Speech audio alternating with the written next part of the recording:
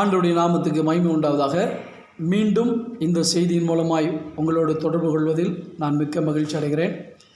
கடந்த செய்திகளின் மூலமாக தேவன் எப்படி நம்மோடு கூட பேசுகிறார் என்பதை நீங்கள் தெளிவாய் புரிந்து கொண்டிருப்பீர்கள். இந்த அனுபவம் உங்களுக்கும் உண்டாயிருக்கும் என்று நான் நம்புகிறேன்.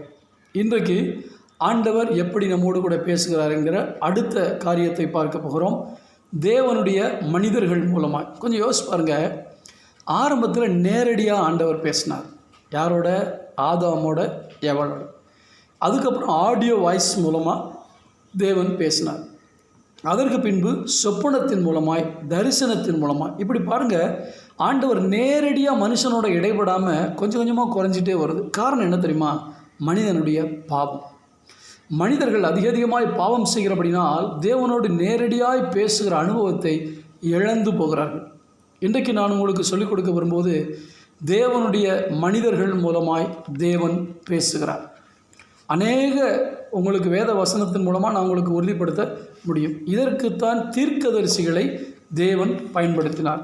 2 சாமுவேலின் புத்தகம் 12ஆம் அதிகாரத்தில் ஆண்டவர் நாத்தான் தீர்க்கதரிசியை தாவீதினிடத்தில் அனுப்புவதை நாம் பார்க்கிறோம். 2 சாமுவேல் 12ஆம் அதிகாரம் 1ஆம் வசனம். கர்த்தர் நாத்தானை தாவீதினிடத்தில் அனுப்பினார். இதுக்கு முன்னாடி ஆண்டவர் நேரடியாக தாவீதோட பேசிக்கிட்டு இருந்தார் பல காரியங்களை. இன்னும் ஒரு ஆச்சரியமான காரியம் என்னென்னா, இந்த தேவனுடைய ஆலயம் கட்டினதை சாலமோன், அந்த தேவனுடைய ஆலயத்தை அவன் கட்டின அந்த காரியங்களை பார்த்து எல்லாரும் பிரமித்தார்கள். இவ்வளோ பிரம்மாண்டமான ஆலயம், எவ்வளோ அழகாக கட்டியிருக்கிறான், எவ்வளோ அழகாக வடிவமைத்திருக்கிறான்றலாம் கிரெடிட் எல்லாம் யாருக்கு போச்சுன்னா சாலமோனுக்கு போச்சு. ஆனால் உண்மை என்னென்னா, இதெல்லாம் டிசைன் பண்ணது கர்த்தர் டிசைன் பண்ணி அவருடைய கைப்பட தாவீதுக்கு எழுதி கொடுத்தாருன்னு தாவீதே 4ஆம் புத்தகத்தில் சொல்கிறார். அப்போ அந்த அளவுக்கு தேவனோடு நெருங்கி இருந்து தேவனே ஒரு டிராயிங் அவர் வரைஞ்சி கொடுத்து இப்படி என்னுடைய ஆலயத்தை கட்ட சொல்லுவோம் மகன்ட்டன்னு சொல்லி அவ்வளோ க்ளோஸாக நெருங்கி பேசினவன் இப்பொழுது ஆண்டவர் நேரடியாக அவன்கிட்ட பேசாமல் யார் மூலமாக பேசுகிறாரு? ஒரு தீர்க்கதரிசி மூலமாக. காரணம் என்ன தெரியுமா? பத்சேபாளிடத்திலே அவன் பாவம் செய்து விட்டான். நேரடியாய் தேவன் பேச விரும்பவில்லை. பார்த்தீங்களா? சில நேரத்தில் அப்பா அம்மாவுக்கு சண்டைன்னா என்ன செய்வாங்க? பிள்ளைகள் மூலமாக பேசி விடுவாங்க. நேரடியாக பேச முடியாது. மனம் வேறுபடும் பொழுது, கருத்து வேறுபாடு வரும் பொழுது மீடியேட்டர் தேவைப்படுது. இப்போ நேரடியாக ஆண்டவர் என்ன செய்ய விரும்பலை? பேச விரும்பலை. நாத்தான் தீர்க்கதரிசியை அனுப்புகிறார். நாத்தான் தீர்க்கதரிசி ஒரு கதை சொல்கிறார். ஒரு வழிபோக்கன் வந்தான், ஒருத்தன்ட்ட ஒரு பெரிய குடியானவன்ட்ட போனால் அவன்கிட்ட நிறைய ஆடு இருந்தும் அந்த ஆட்டுக்குட்டியை சமைச்சு கொடுக்காம ஒரு ஏழை குடியானவன்ட்ட போனான். ஒரு பணக்கார வீட்டுக்கு முதல்ல போனால், 2வது ஏழை குடியானவன்ட்ட போய் அவன்கிட்ட செல்லமாக இருந்த ஒரு ஆட்டுக்குட்டியை கொண்டு வந்து அதை அடித்து கொடுத்து சாப்பிட வச்சான்னு சொல்லி கதை சொன்னான்ல.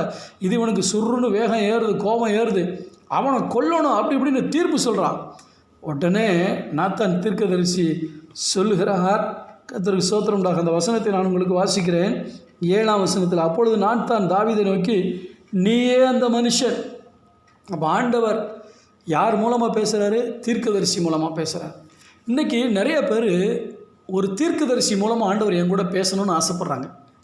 இது வளர்ச்சின்னு நினைக்கிறீங்களா?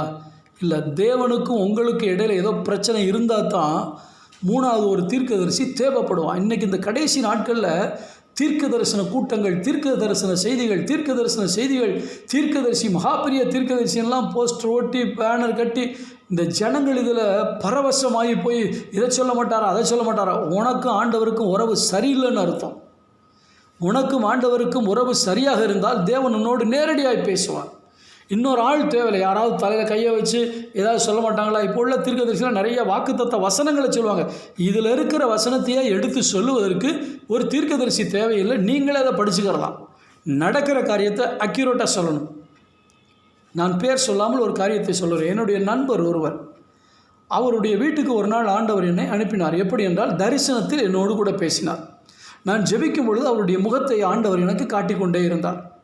ஆண்டவரை, ஏன் இவருடைய முகத்தை எனக்கு காட்டுகிறீர் என்று கேட்டேன். அப்பொழுது தரிசனத்திலே ஆண்டவர் என் கூட பேசுகிறாரு. நீ போய் இந்த வசனத்தை எடுத்துகிட்டு போய் சொல்லு அப்படின்னு எனக்கு வசனத்தையும் காட்டுறார். நான் அந்த வசனத்தை எடுத்துகிட்டு போய் சொல்கிறதுக்கு எனக்கு பயமாக இருக்குது. ஏன்னா அவர் அவர் ஆண்டவரை ஏற்றுக்கொண்டு பல வருடங்கள், எனக்கு முன்பு சீனியர், வயதிலும் மூத்தவர், அனுபவத்திலும் மூத்தவர், ஆண்டவருடைய சத்தத்தெல்லாம் கேட்கக்கூடியவர். அவருக்கு போய் இப்படி ஒரு செய்தியை நான் சொல்லணுமா ஆண்டவர்? கண்டிப்பாக போன்ட்டார். அங்கே போய் அவர்கிட்ட நான் கொஞ்சம் நேரம் பேசிகிட்டு இருந்து சொன்னேன், பிரதர் இந்த மாதிரி ஆண்டவர் சொல்கிறார் அப்படின்ட்டு. சரி அப்படின்னு கேட்டுக்கிட்டார்.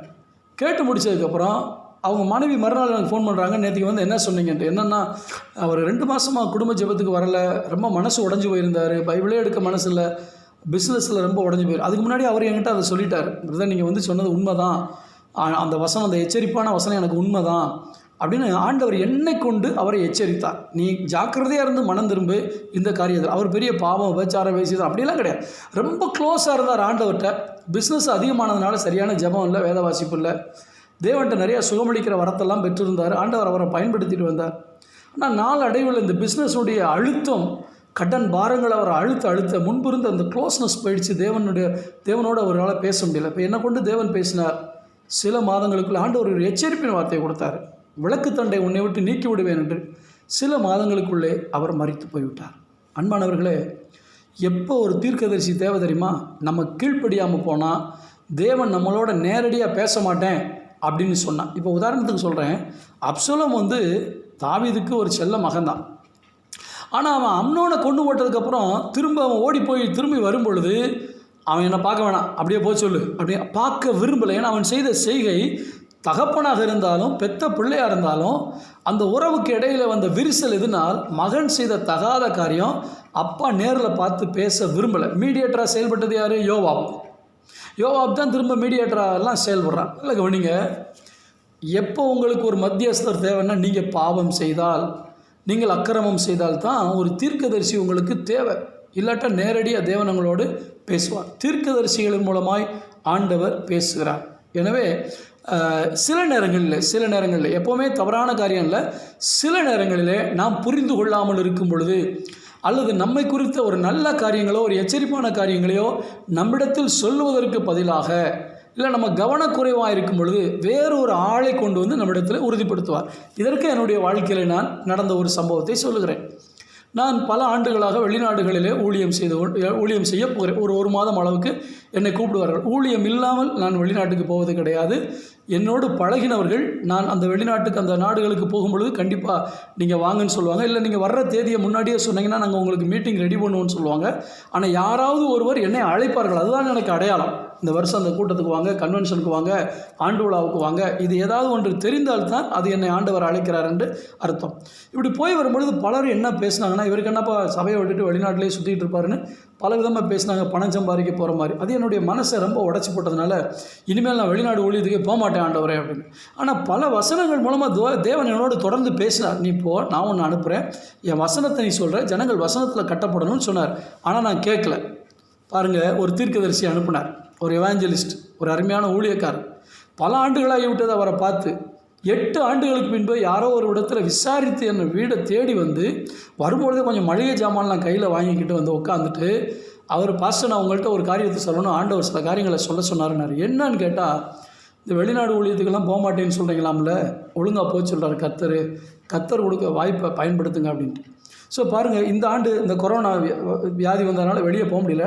நான் இந்த நாட்களில் நான் லண்டனில் இருந்து பிரசங்கம் பண்ண வேண்டிய ஒரு நாள். அப்போ நான் இப்படி இருக்கும்பொழுது ஆண்டவர் ஒரு வாய்ப்பு கொடுத்தாரு. கனடா தேசத்திலிருந்து ஒரு சபையில் எல்லோரும் ஜூமில் இணைக்கப்பட்டு இங்கேருந்து ஒரு 1/2 hour செய்தி கொடுங்க பாஸ்டர். கர்த்தர் நம்மளை கொண்டு எங்கே பயன்படுத்த விரும்புகிறாரோ எப்படியும் பயன்படுத்துவார். அப்போ என்ன சொல்ல வரேன்னா, சில நேரத்தில் நாம் ஆண்டவரோடு போராடும்போது அல்லது வேண்டான்னு சொல்லும் பொழுது, சண்டை இல்லை, ஆண்டவருக்கு நமக்கு சண்டை இல்லை, இல்லாட்டி நம்ம பாவம் பண்ணலை. சில நேரங்களிலே ஆண்டவர் ஊழியக்காரர்களை நம்மிடத்தில் அனுப்புகிறார், நாம் புரிந்து கொள்ளாமல் இருக்கும் பொழுது. அதற்கு உதாரணம் ஒன்று சொல்கிறேன். அப்போஸ்தலர் 21 அதிகாரம் 10 11 நாங்கள் அநேக நாள் அங்கே தங்கியிருக்கையில் அகபு என்னும் பேர் கொண்ட ஒரு தீர்க்கதரிசி யூதேயாவிலிருந்து வந்தான். அவன் எங்களிடத்தில் வந்து பவுலின் கச்சையை எடுத்து தன் கைகளையும் கால்களையும் கட்டிக்கொண்டு, இந்த கச்சையை உடையவனை எருசலேமில் உள்ள யூதர் இவ்விதமாய் கட்டி பிரஜாதியார் கையில் ஒப்புக் கொடுப்பார்கள் என்று பரிசுத்த ஆவியானவர் சொல்லுகிறார் என்றார். இப்போ பாருங்கள், பவுல் எவருடைய ஊழியக்காரர், பல காரியங்களை தீர்க்கதரிசனமாய் மற்றவர்களுக்கு சொன்னவர். அந்த பவுலுக்கே ஒரு தீர்க்கதரிசி தேவைப்படுது. எப்பொழுது? அவனுடைய வாழ்க்கையில் சில காரியங்களை தேவன் சொல்லுவதற்கு பயன்படுத்துகிறார். இப்போ இன்னொரு காரியம் என்னென்னா, எனக்கு எல்லாம் தெரியும், எனக்கு எந்த ஊழியக்காரனும் தேவையில்லை, யார் மூலமாகவும் ஆண்டவர் என் கூட பேச தேவையில்லை அப்படின்னு நம்ம சொல்லிடக்கூடாது. அதனால நமக்கு அந்த திமிரு வந்துடக்கூடாதுங்கிறதுக்காக, அல்லது அந்த அந்த ஒரு பெருமை வந்துடக்கூடாதுங்கிறதுக்காக அவ்வப்போது மற்றவர்கள் மூலமாய் தேவன் நம்மோடு பேசி கொண்டு, ஆனால் மற்றவங்க மூலமாக என் கூட ஆண்டவர் பேச மாட்டாரான்னு நம்ம கொண்டு போய் தலையை காட்டக்கூடாது. புரியுதா உங்களுக்கு? ஸோ இன்றைக்கு நாம் என்ன பார்த்தோம்? தீர்க்கதரிசிகளின் மூலமாய் ஆண்டவர் பேசுகிறார். இஸ்ரவேல் ஜனங்களுக்கு ஆண்டவர் நேரடியாக பேசுகிறது நிப்பாட்டிட்டார். எரேமியாவை அனுப்புனார், ஏசாயாவை அனுப்புனார், எசேக்கியேலை அனுப்புனார், தானியேலை அனுப்புனார். நான் இனி இந்த ஜனத்தோட பேச மாட்டேன்ட்டார். ஏன்னா திரும்ப ஜனங்கள் பாவம் பண்ணதுனால நான் பேச மாட்டேன், இனி மனுஷன் மூலமாக தான் பேசுவேன். நீங்கள் எப்படி இருக்கீங்க? பாவம் செய்கிறதுனால தேவனோட பேச முடியாமல் ஒரு தீர்க்கதரிசி வந்து பேச மாட்டாரான்னு எதிர்பார்க்குறீங்களா? இல்லை. ஆனால் அதே சமயத்தில் நீங்கள் புரிந்து கொள்ளாமல் இருக்கும் பொழுது, நீங்கள் அறியாமல் இருக்கும் பொழுது ஆண்டவர் தீர்க்கதரிசி மூலமாகவும் பேசுகிறார், ஊழியக்காரர் மூலமாய் பேசுகிறார். அந்த தீர்க்கதரிசி வேறு யாரும் இல்லை, உங்கள் சர்ச் பாஸ்டர். இதை வேறு சர்ச் விசுவாசிகள் பார்த்து கொண்டிருப்பீங்கன்னா நான் உங்களுக்கு சொல்கிறேன், உங்கள் சபை போதகர் தான் உங்களுக்கு தீர்க்கதரிசி. பல காரியங்களை தீர்க்க தரிசனமாய் சொல்லுவார்கள். ஒரு விசை எசேக்கியா ராஜாவுடைய வாழ்க்கையை பற்றி நான் பேசி கொண்டிருக்கும் பொழுது, அவனுக்கு எதிராக வந்த அந்த கடிதத்தை தேவாலயத்தில் விரித்து வைத்து அவன் ஆண்டவரிடத்தில் ஜெபிக்கிறதை வைத்து நான் பிரசங்கம் பண்ணி கொண்டிருந்தேன். அப்படி பிரசங்கம் பண்ணி கொண்டிருக்கும் பொழுது ஒரு தீர்க்க தரிசனத்தை கர்த்தர், இந்த இடத்துல ஒருவர் மெடிக்கல் ரிப்போர்ட்டை நீங்கள் விரித்து வச்சு அழுதுகிட்டு இருக்கீங்க, கர்த்தர் அதை மாற்றுகிறார் என்று. அடுத்த வாரமே சாட்சி வந்துச்சு. வெளிநாட்டுக்கு போக முடியாமல் மெடிக்கல் ரிப்போர்ட்டில் கொஞ்சம் பிரச்சனை இருக்குன்னு வந்துச்சுன்ட்டு. இந்த தீர்க்க தரிசனம் வந்ததுக்கப்புறம் அவங்க நல்லா ஜெபம் பண்ணிட்டு போயிருக்காங்க. அடுத்த டெஸ்ட்டில் ஒன்றுமே இல்லை. இன்றைக்கி அவர் வெளிநாட்டில் இருக்கார். உங்களுடைய போதகர் உங்களுக்கு ஒரு தீர்க்கதரிசி, மறந்து போகாதீர்கள். எனவே தீர்க்கதரிசிகள் மூலமாய், தேவ மனுஷர்கள் மூலமாய் கர்த்தர் பேசுகிறார் என்பதற்கு ஆதாரம் உண்டு. இன்று வரை பேசி கொண்டிருக்கிறார். உங்களுடைய குறைகளை பேசும் பொழுது அதை ஏற்றுக்கொள்ளுங்கள். ஆண்டவர் எப்படியும் பேசுவார், யாரோடும் பேசுவார். ஜெபிப்போமா? நல்ல பிதாவே, நீர் உம்முடைய ஜனங்களோடு பேசுகிற தேவன், நேரடியாய் பேசி வந்த தெய்வம். மனிதர்கள் பாவம் செய்து தூரமாய் போனபடினால் நேரடியாய் பேசாமல் இன்றைக்கு மனிதர்கள் மூலமாய் பேச வேண்டிய நிலைமை வந்திருக்கிறது. இனியும் உடைய ஜனங்கள் உம்மோடு நேரடியாய் பேசுகிற அனுபவத்துக்கு வருவார்களாக. ஒவ்வொரு நாளும் சபைக்கு போகும் பொழுது, கர்த்தருடைய வார்த்தையை கேட்கும் பொழுது, தேவன் இந்த மனுஷன் மூலமாய் பேசுகிறார் என்பதை உடைய பிள்ளைகள் உணர்ந்து கொள்ள, புரிந்து கொள்ள கிருபை தாரும். தீர்க்க தரிசனங்களை அற்பமாய் எண்ணாமலும், தீர்க்கதரிசி என்று அலைந்து திரியாமலும் பேலன்ஸ்டாக நம்முடைய பிள்ளைகள் இருக்க நீர் கிருபை தருவீராக. இயேசுவின் நாமத்தில் பிதாவே, ஆமென். God bless you. தேவன் உங்களோடு கூட இருப்பார்.